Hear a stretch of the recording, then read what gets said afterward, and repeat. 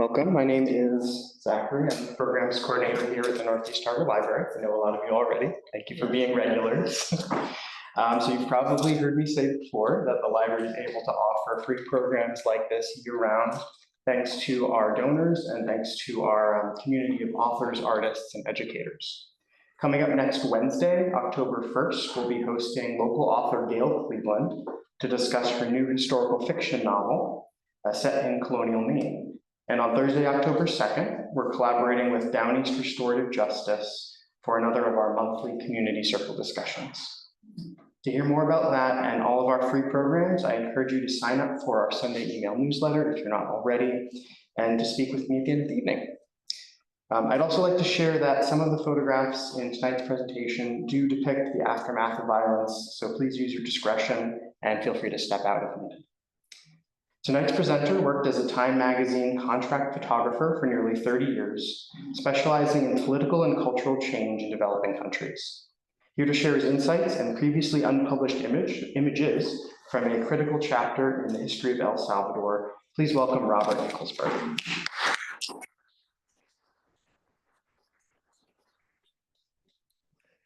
Thank you, Zach, and thank you all for coming this evening. The background on how these came out of a box and 3-ring notebooks that I hadn't seen in 20 some odd years is important for you to understand a little bit of how this came to fruition. As a Time magazine photographer in the early 80s, black and white was the film used by the magazines until the advertisers expected color to be used for ads. And since advertisers pay the bills for magazines, we were no longer taking only black and white film in our cameras. And I worked with 3 cameras, 2 color and 1 black and white throughout, even though I knew the black and white film might not be used. It still gave me more latitude in low light situations. I found it more intriguing. It's the film I learned on also. Color had to be very precise. You had to meter everything. And if it wasn't perfectly exposed, the editors tend to throw it out. Whereas the black and white could be manipulated in the darkroom and we would always get a picture, but it wasn't for always the magazine. It was more of a personal choice in the end. By 1984, we were shooting all color. I continued to shoot black and white no matter what. And that box of film came back to me since I owned the copyright and owned the film once Time was finished with it. And the film came back to me in a box through a photo agency that I used to distribute pictures. He was going out of business, lived in Brooklyn, where I live in New York, and said, "You've got 2 weeks to get over here and pick it up or I'm going to toss it because I'm going to lose the storage space." So I went over, picked it up.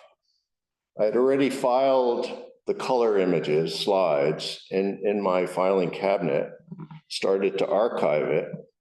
And I realized that through my wife, who is a photo editor, demanding that I remove the box from the hallway, or it's going to be not tossed, but figuratively, do something with this box.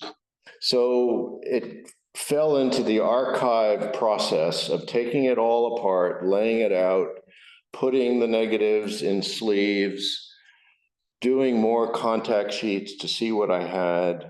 I don't know if you've ever looked at a negative, but it's not that easy to find the perfect picture. It's harder than a slide. And I realized 25, 30 years later that I have a story here different than what I remembered from shooting the color film.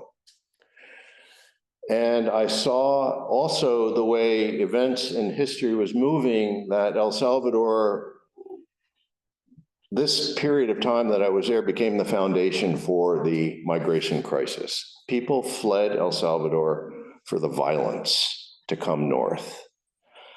It was not an economic migration at that period of time. It was to get out of the way of the violence, and including Guatemala, which also had a civil war going on at this particular time.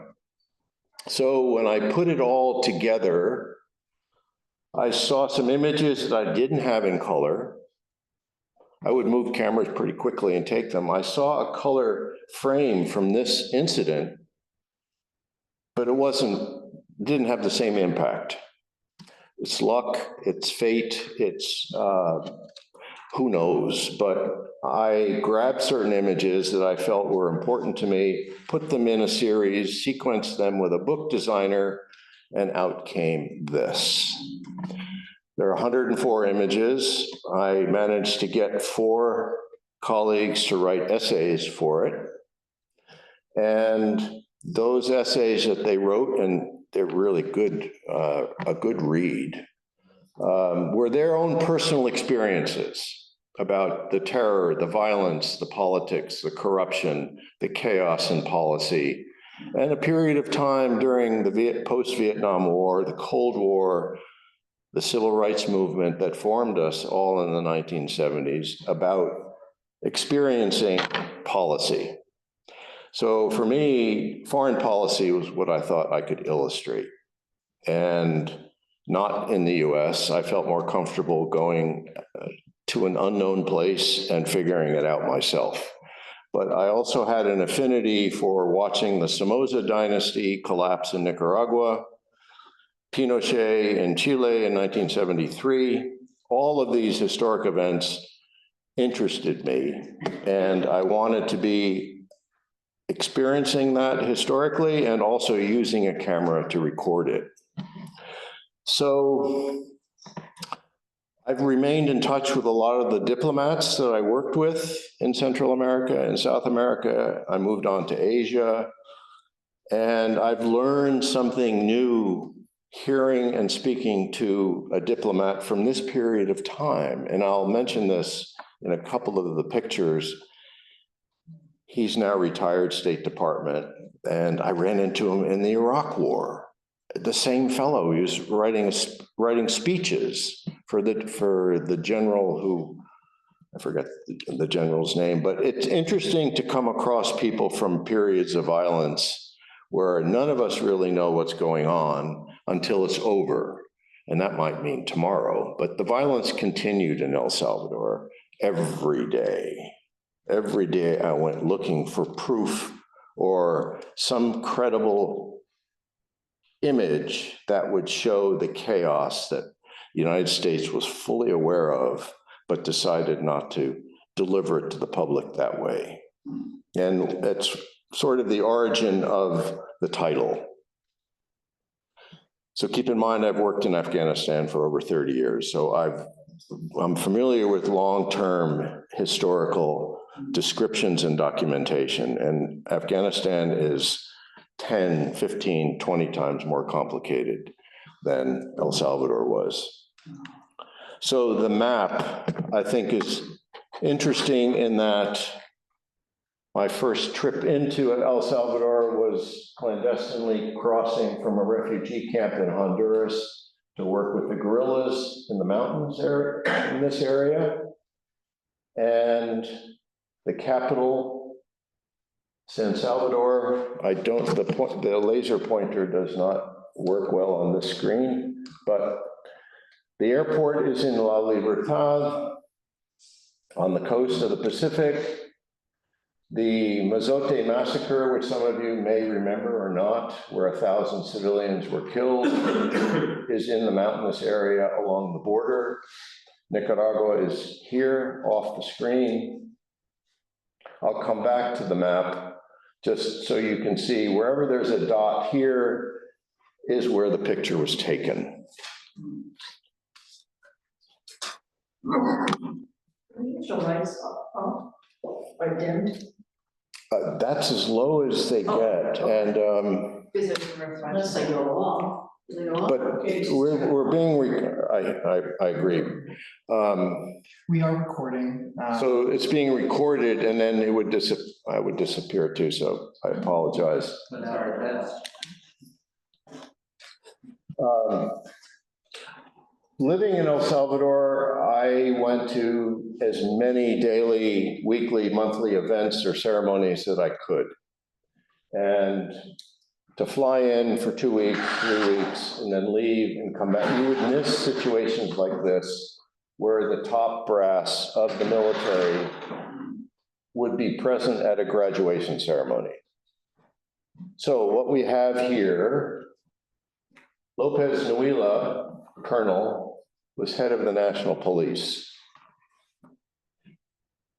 Nicholas Carranza, another colonel, was head of the Treasury Police. Both of these offices had death squads. They were notorious. They were brutal, and Carranza was the worst, if that is possible. It turns out he was on the CIA payroll, $90,000 a year. The US knew everything about him, and he was the most brutal. Now, I don't know how you gauge brutality, but they tried to one-up each other. The National Police also had their own death squad. The fellow on the left was involved in the Mozote massacre. Also, all of them went to the military academy of El Salvador. So they had this bonding and camaraderie which covered for each other on their crimes. But to get all of them lined up like this and allowed to take their picture was, I thought, you know, the advantage of being there on a regular basis. Here is Nicholas Carranza, again, speaking to the military attaché at the US Embassy, a Marine colonel. And you can see the body language here. He's not quite believing what Carranza is asking for. So I had the unique advantage of knowing the people in the embassy. They trusted me for Time magazine. They allowed me into these events for a short amount of time, and then I exited. No flash, just don't trip over anything, don't knock over the flowers. Get in there, get these kinds of situations, and leave. And it's a unique situation. This colonel, a Marine, was not buying whatever Carranza was asking for. Carranza eventually moved to Nashville, Tennessee, and died there. And the CIA got him into this country. They tried to deport him through the courts. It wouldn't happen.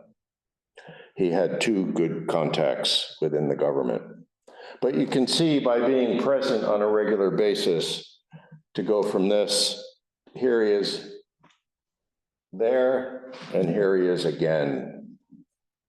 It was an image that I don't think I have in color, and I realized that all of these pictures together formed another story about the lethality of that period of time.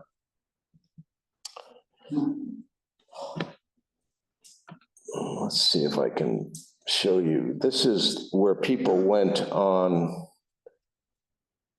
a weekend to get away from the Civil War. This is the Pacific. It's a good surfing beach. Americans still go to Nicaragua, El Salvador to surf, and Costa Rica. But here, what they're thinking is beyond what you can imagine, because it is a civil war. A half a mile from this is the city morgue. And Zach mentioned that some of these pictures do show violence, but every time we went to, as journalists, to a place like this, we also visited the morgue. So here, if somebody did not come home at night, an uncle, a brother, your father, if they didn't come home, you didn't go to the police. You went to the morgue. The first stop for you was to go to the morgue. And they're open. I didn't have to show any credentials to get in. But this is what you would see. And a half a mile from the beach. This is also where the 4 nuns flew in that were eventually murdered the Four Mary Knolls, in this area. It's a spooky place. And what I think, because US publications have an aversion to showing death and gore, I had to minimize. And by putting that face in the corner, I could focus on sort of the victims. And it's my belief, after working with this image for so long, that this is the moment he recognizes who that person is. Not here.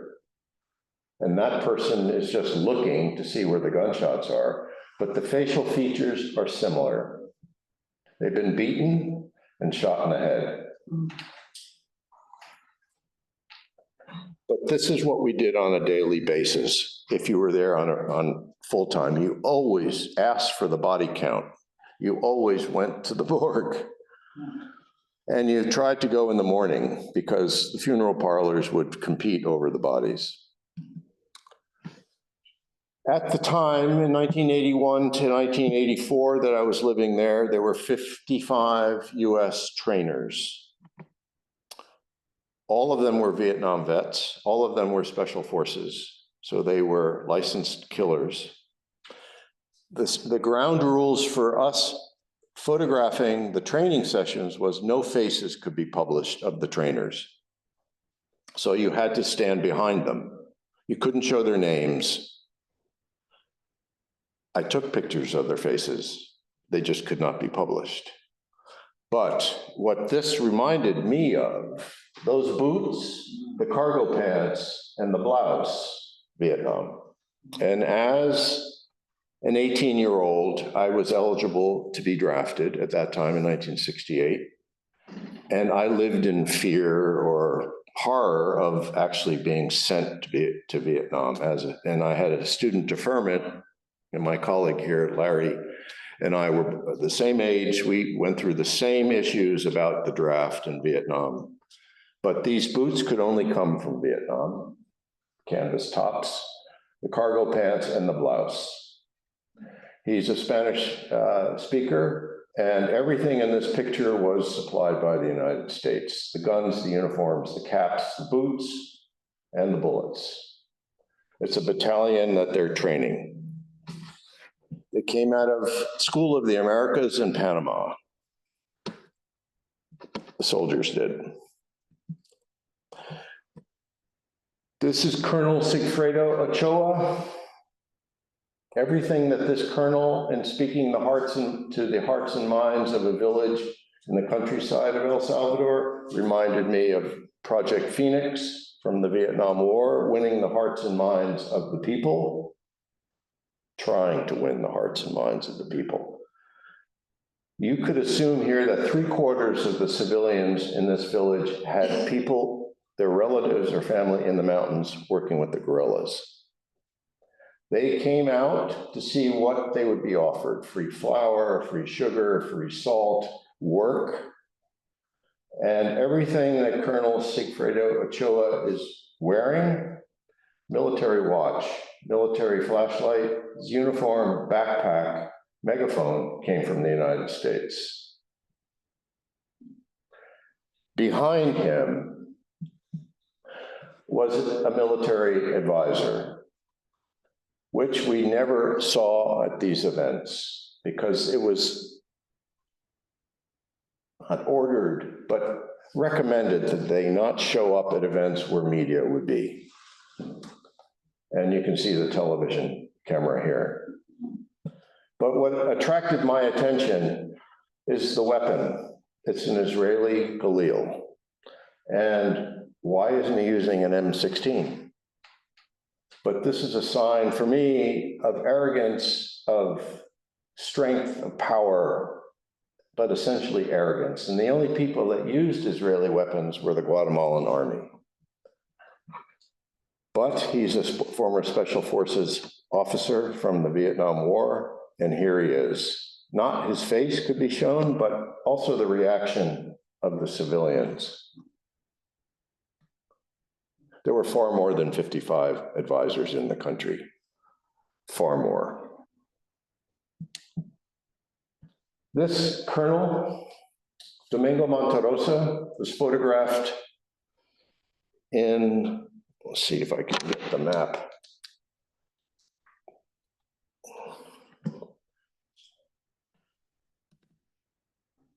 This picture was taken in Huateca, here.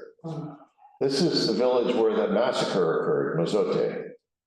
1,000 civilians were killed here 2 years before this picture. And Colonel Monterosa is responsible for that massacre. So, why I wanted you to see the map is this is in a mountainous, hard to get to place. I had to fly in to a base in a helicopter with the reporter I was working with. And we were on good terms, journalists with Monterosa. He was open to media, and he knew he was accused of, and he was guilty of committing that massacre, ordering the troops to kill civilians. But one thing here that I found intriguing, and I knew about this, was the PSYOPs, the psychological warfare techniques from the Vietnam War were applied in El Salvador. And who advised the US military about PSYOPs but the Taiwanese, because of being anti-communist? Their advisors were used by the Pentagon to implement subtle, nuanced forms of psychological warfare. Give the kids a soccer ball. And soccer balls were used throughout Latin America, and in particular in cases like this. But also what's interesting here is that about 20 minutes after this picture was taken, he gets whispered in his ear that his men, the Salvadoran soldiers, had found the radio Venceremos, the liberation radio station that moved every 1 or 2 days to a different location. They found the transmitter, and that he would have to leave because he wanted to capture that. It's no bigger than a VCR, for instance. So he apologized to the reporter and myself, who had just started to ask him about Mozote. And could we meet him tomorrow? Yes. We'd have to drive long distance and then wait for a helicopter to be taken to him. But what happened is he flew away, and thankfully the helicopter was full. Otherwise, we would have jumped on. He would have allowed us, but there were already 14 people on a Huey, and that's overweight. But the next day, they flew out from this area, about 10 miles from this picture, and it got to be about 500 feet above the ground, and the helicopter exploded. It was rigged with C4 explosives, and the guerrillas were off watching. They suckered him in. And it's revenge for the massacre. But this is the last picture of Domingo Monterosa. We never went back out because I had heard at 5:30 the next morning that he was killed. And so the body came back, and there was a funeral and a big, I would say, outpouring, because he was quite famous. But the way it was handled was a blow to the US government and to the Salvadoran military. But PSYOPs from the Vietnam War period, right in front of you there with a soccer ball. 4 Dutch television crew were there in 1982, April, to cover elections, presidential elections funded by the United States. They were staying in the same hotel that I was. I saw them leave on the 16th. On the 17th, they came back in caskets. Their room was bugged. Their phones were tapped. The government didn't like them. The Dutch tended to be very liberal, open-minded, and pro-guerrilla movement. Not just solidarity, but actively helped the guerrilla movement raise funds in Guatemala, in Nicaragua for the Sandinistas, and again in El Salvador. So their phones were tapped. They were followed up into the mountains. See if I can show you.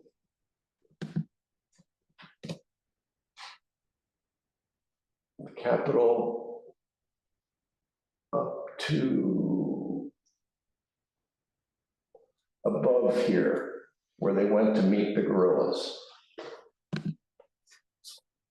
They were followed for an hour. Why they didn't stop, I have no idea. But they waited, they were stopped at a roadblock, taken out, taken up into the hills, and executed. The army claimed that they were caught in crossfire.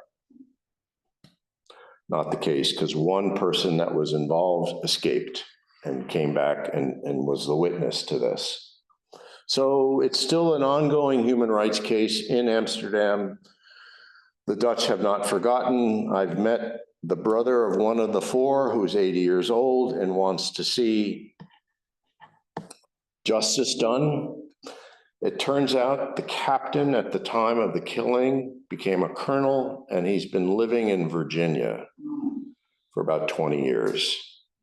They want to deport him. He took a lawyer and he's resisting. So all of this comes back with a little bit of hindsight, but by continuing to archive these images, I've added new information to the pictures, which I had no idea about at the time of the image. And there's a certain way that you can show a dead body, but certainly try to hide the head, because it was beaten and shot.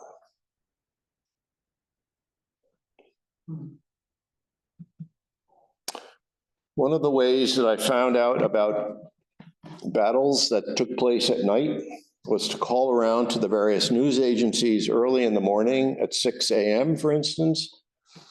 They had staff that would call around the country to the various military garrisons to find out, was it a peaceful night? Was it busy? Were there battles? Were there ambushes? And this is a village about an hour outside of San Salvador, where an attack had happened, say, 2 in the morning. But this is the very moment that there are 3 dead militiamen. They're volunteers. You can see the fortification on a dirt road village. A rocket-propelled grenade had been fired at this location and hit up there in the left-hand corner, and everyone fell back dead. The weapons were taken, the ammunition was taken, and here's one of the guerrillas. And you had to leave, get there early and leave by about 7:15, 7:30, because then the army would come in. And they often brought helicopters and would shoot at us in cars. So we tried to get these images quickly and get out. About 50 feet away from this picture, to the left, civilians lived. And this is the moment that the woman who fainted was told that one of these 3 was her brother. I would never have, speaking about the technical aspect from the black and white film, it gave me better lighting conditions and other than Kodachrome, which is extremely touchy film, and I would have had to have used a flash. So I didn't know I had this image until I went back to that box. I don't think I have a color image of this. But you can see the faces, they're all related. Mother, father, older sister, nephew. It's a communal household. But this is what happens to the civilians, whether they're right wing or left wing, these are the people who suffer. And eventually, if they're pushed to a certain point, they flee. They left the country. So, symbolism of the United States overseas. What represents it better than an armored Cadillac? 10,000 pounds. Going to the CIA airport to pick up somebody from the State Department. And I apologize if we could have lower lights, you would see United States of America here. They're there to pick up a diplomat.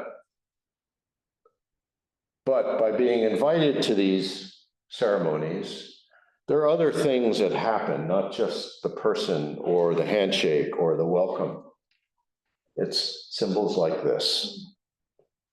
And as I mentioned earlier, I tried to photograph policy, illustrate foreign policy. This fell right into my lap. And if you don't go to these events, you miss pictures like this. Security, if you can't tell.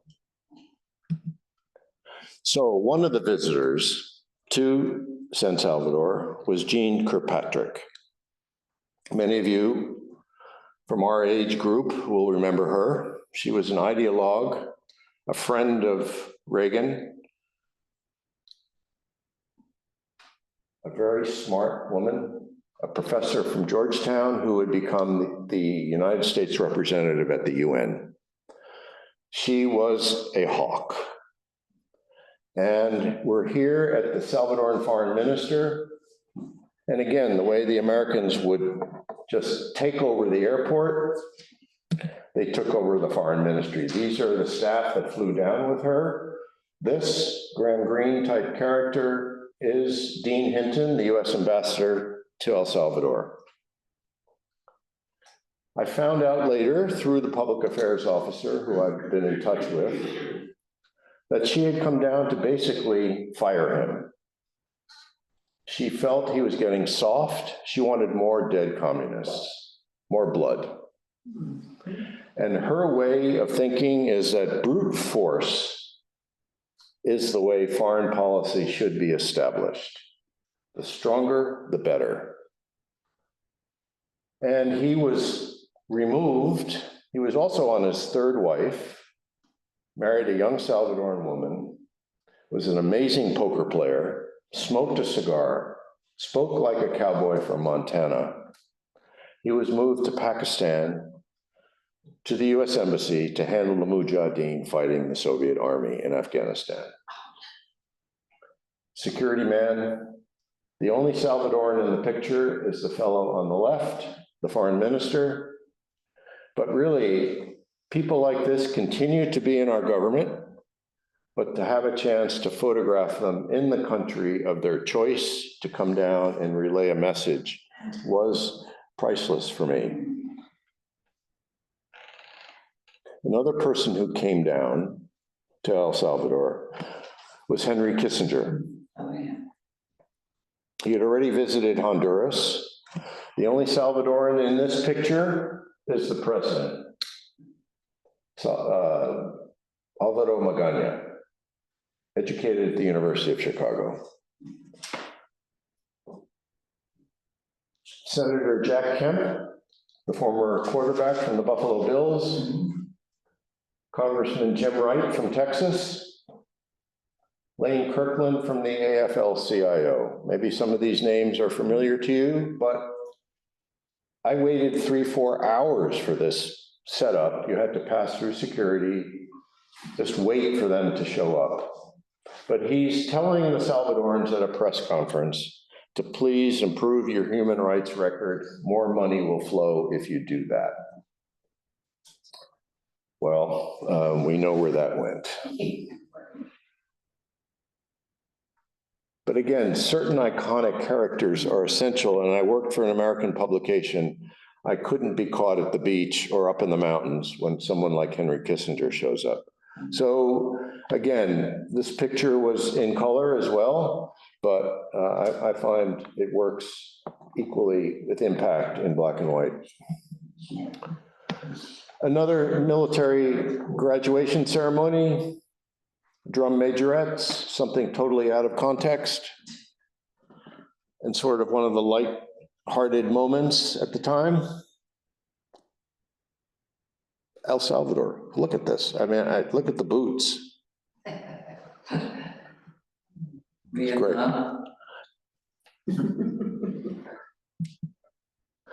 Another place for the civilians to go and register their missing people was the Salvadoran Human Rights Commission. 2 or 3 times a week in the morning, women would come, and the head of the Salvadoran Human Rights Commission on the left is sort of looking out into space, listening to the case. Somebody on the lower left is recording it. Absolutely nothing would get done. But they didn't have any other recourse but to file with another commission. What this does give you is an indication, just look at their shoes, the aprons, having maybe going to the market. Polished shoes means she probably worked in an office, but what you can read from this picture, I found interesting looking at it and not having, I never saw my film. I sent all the film to New York unexposed, unprocessed. I exposed it, put it in an envelope, it went by cargo to New York. And maybe every 3 months I went to New York, looked at the film, and then flew back and didn't have any recollection of what I had just seen. It's too busy. But images like this, if you look at them long enough, you can see the demographics. Partially wet hair means she was late in getting there. Generally, Salvadorans did not leave the house unless their hair was dry. And the aprons, the shoes, just an indication of who these people are. And pictorially, by going there and waiting, what could be better than a map of the country on the wall for me? This, the cover picture,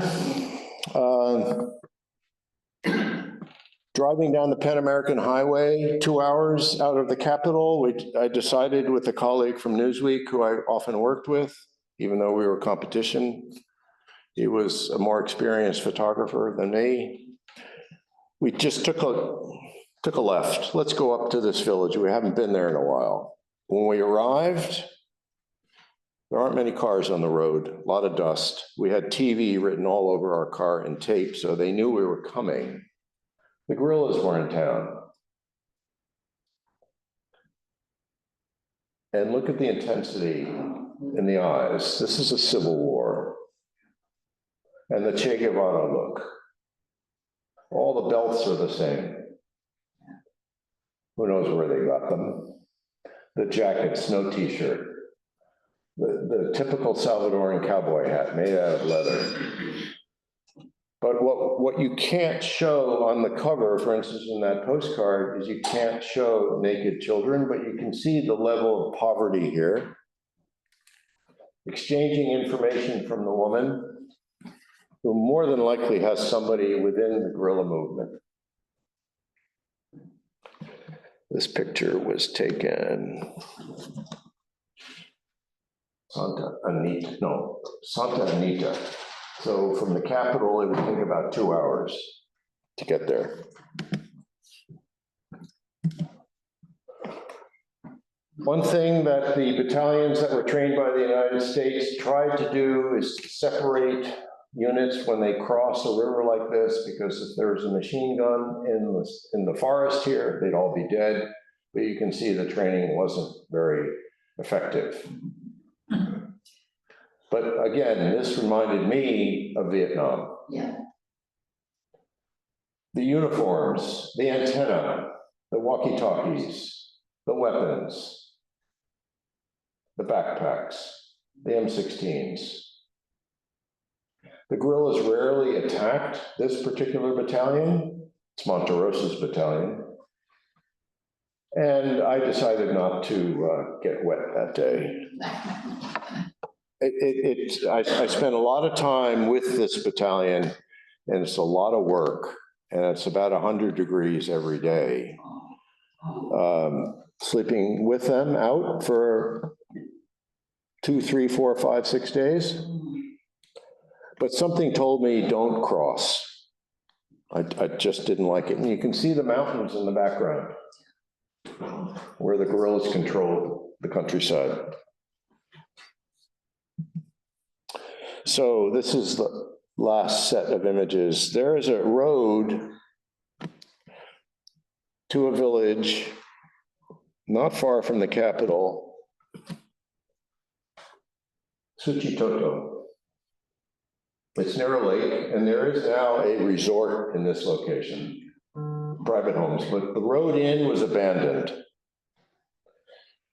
And what happened here is that this truck, a Ford pickup, was ambushed by the guerrillas, not this group. This is a group that was walking up to this volcano behind that tree where the base camp was. They come down to get food and go back up. What they're seeing are their countrymen who had been ambushed. They don't need the truck. The uniforms are taken, particularly the boots. These are military boots. These are store-bought boots. You could read certain things in a forensic way where they got their equipment. And it's important to understand that it didn't come from Cuba. These weapons often came out of the back door of a garrison, sold by the colonel. The shirts came from situations like this. He's looking for something to take. They're also looking at faces. Maybe they recognize them. But I often went up this road just to see what we could find early in the morning. And when you come across something like this, it really is so revealing. So there's a body here, one, two, three, four, and there are four more off the frame. The gurney. And in black and white, blood does not come up as red, so it can be shown. Time didn't publish this. That's the last picture, and I felt that this sequence has held up for almost a year for me. I haven't changed anything around because the story it tells is that the people who are most affected are the civilians. And the violence is what created the emigration issues that we have on the border. Nobody was really given asylum legally in this country when they fled. Because if the United States had granted asylum, it would be admitting that something wrong is happening here. I believe 99% of Salvadorans who came north were refused asylum. They stayed illegally. They weren't going back. Peace came in 1992, some kind of peace.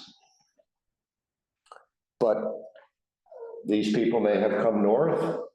They may have been formed into gangs, the MS-13, Mata Salvatrucha, you may have heard of from Los Angeles, Houston, North Carolina, Miami, New Orleans. They were really shoved out by the violence.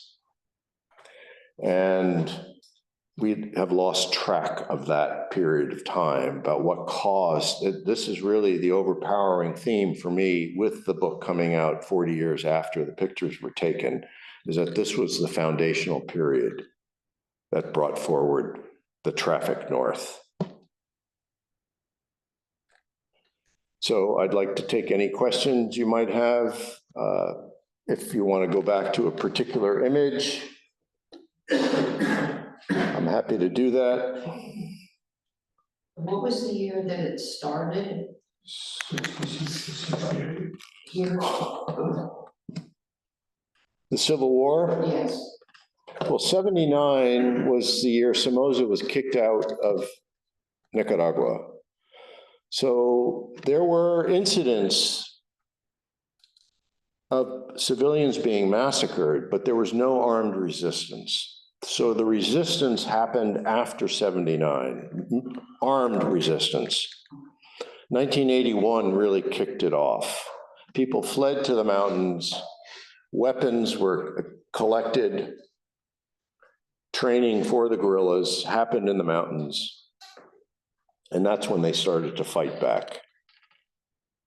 And that's when the US advisors started to show up. And that's when Jimmy Carter That period of time, the Panama Canal went to the Panamanian School of the Americas, moved up to, I believe, Fort Bragg.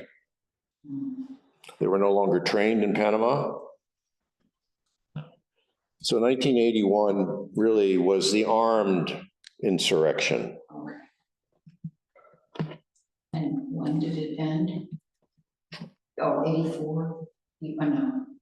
1992, the peace. 92. 92. Right. 1996 for Guatemala. Oh.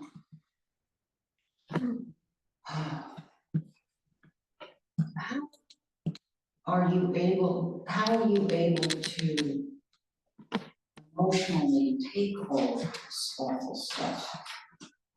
You see massacres. You have filters. Go out, repeat, go out, repeat, go out, repeat. You process it. And very often silence was what I wanted at the end of the day, silence. My housemate was the Time magazine reporter. So we shared, we collaborated on what happened in the countryside he didn't want to go out to. He was better off interviewing officials in the capital, particularly the church or academicians, ministers, whatever Time needed for a text, that would be his responsibility. And between the two of us, you slow your heart rate down, get up the next morning and start again. Because we were able to capture these images on a regular basis, it was rich with imagery. And it was to work for Time magazine or Newsweek or US News and World Report at that time was a prominent position. Once a week, our articles came out. Now it's every hour. So everything has changed. But back then, that was sort of the peak of the profession, is to work for a weekly. And Time had unlimited funds. But it was also part of history forming right in front of you. And it was also debated in Washington. Every 6 months, the aid to El Salvador was debated.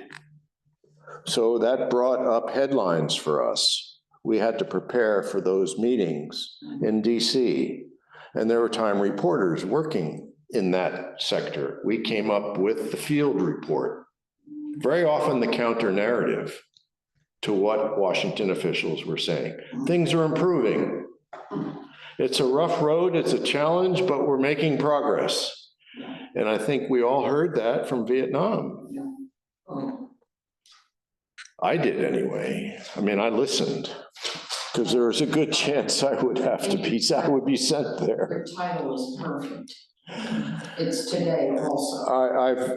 We worked on that. There were some dissenting votes on it, but about legacy of violence, I said no.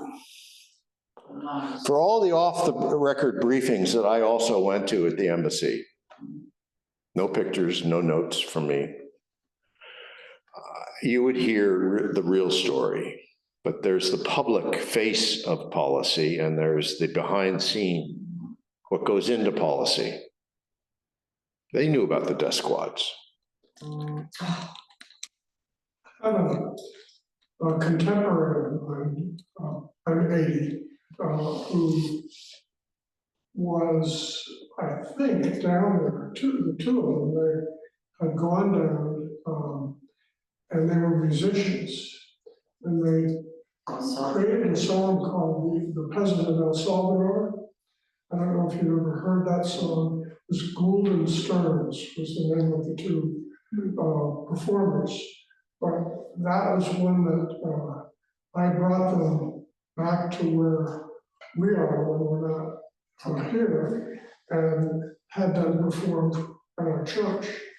And they sang The Peasant of El Salvador. Do you remember that? No. Give me your call. Our entertainment was either an early dinner or nothing. This would have been, you leave your card, I'll send you right here. Okay. I'll send you the. No, I can ask some other colleagues who stayed on after I left. They may have heard.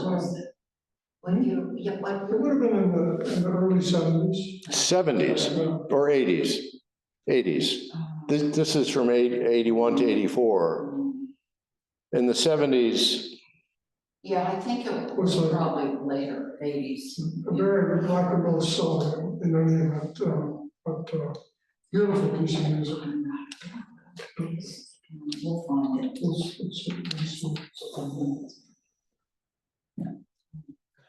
yes, ma'am. So you mentioned that you set out to illustrate foreign policy. I have a couple questions. First one is, where did that motivation come from? You know, what sent you on this path? And then the other question is, how do you coordinate with local people in order to find out where to go, in order to get information? And what kind of danger, do you feel that you were in, and how did you avert any threats to your own safety? That's a lot of questions. That's 3 questions. My friend here promised me no 3-part question. This is a 3-part question. I just took an active interest in history, for one, world history, and photography. And I wanted to travel, for instance. And I had gone to Belfast, Ireland on a backpacking trip in the 70s, early 70s, and saw the British Army in downtown.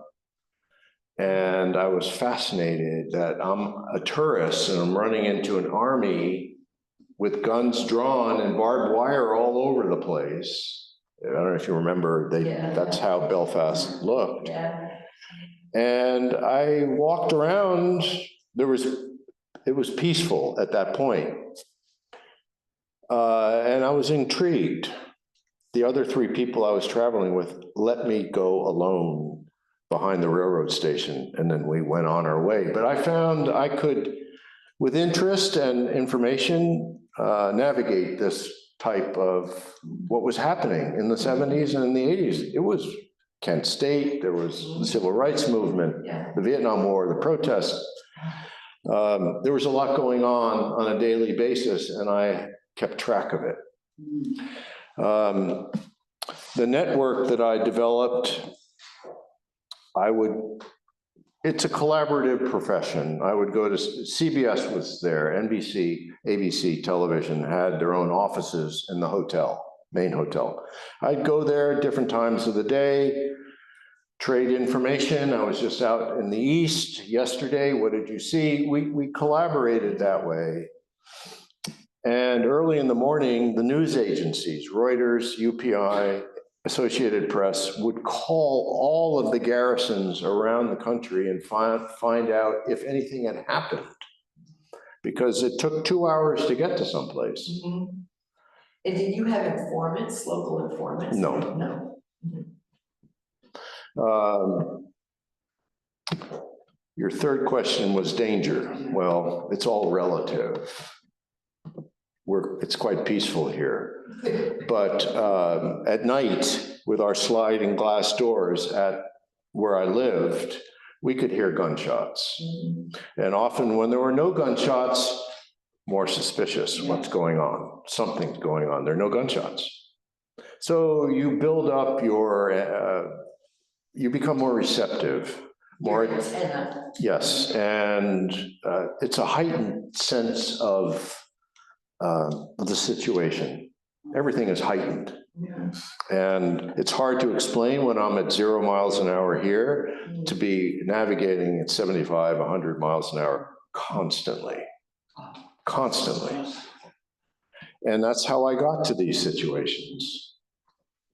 Being hyperactive, I was 50 pounds lighter. I had giardia, amoebas, you know, your plumbing's a mess, your head's a mess.